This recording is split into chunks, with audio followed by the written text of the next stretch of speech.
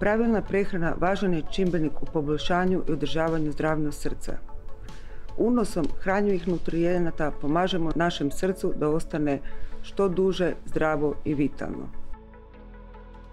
Kada usporedimo prehranu danas s onim što smo jeli prije nekakvih 20 do 25 godina, možemo reći da se puno toga promijenilo.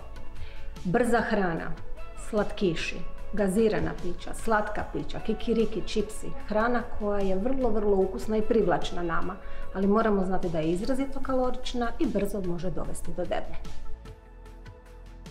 Prehranu je lako izbalansirati kada znamo osnovne principe.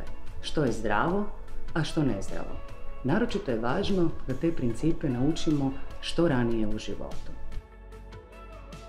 Jednom kada se odlučite na promjenu prehrambenih navika, sigurno se pitate koja je metoda najefikasnija u smanjenju tjelesne težine i koja je dijeta najzdravija. Ako nas pitate, to je onda mediteranska prehrana. To je jedina dijeta koja je znanstveno dokazano može smanjiti rizik za srčani udar te može produžiti život.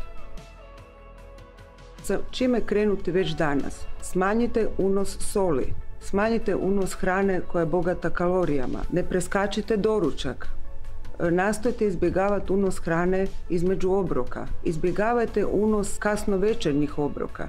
Isto tako kada vas uhvati želja za slatkim, konzumirajte svježe sezonsko voće. Ljudi često imaju isprike zašto baš danas nije dan kada će promijeniti svoje prehrambene navike. No trebamo prestati smišljati izlike i napraviti plan prehrane. Ne gubite kontrolu nad unosom hrane, nemojte se prejedati.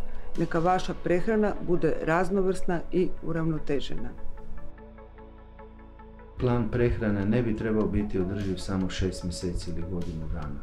On bi trebao biti uloživ u životni stil pojedinca, a tjelesnu težinu trebali bi znati održati za sljedećih 10, 20 ili 30 godina.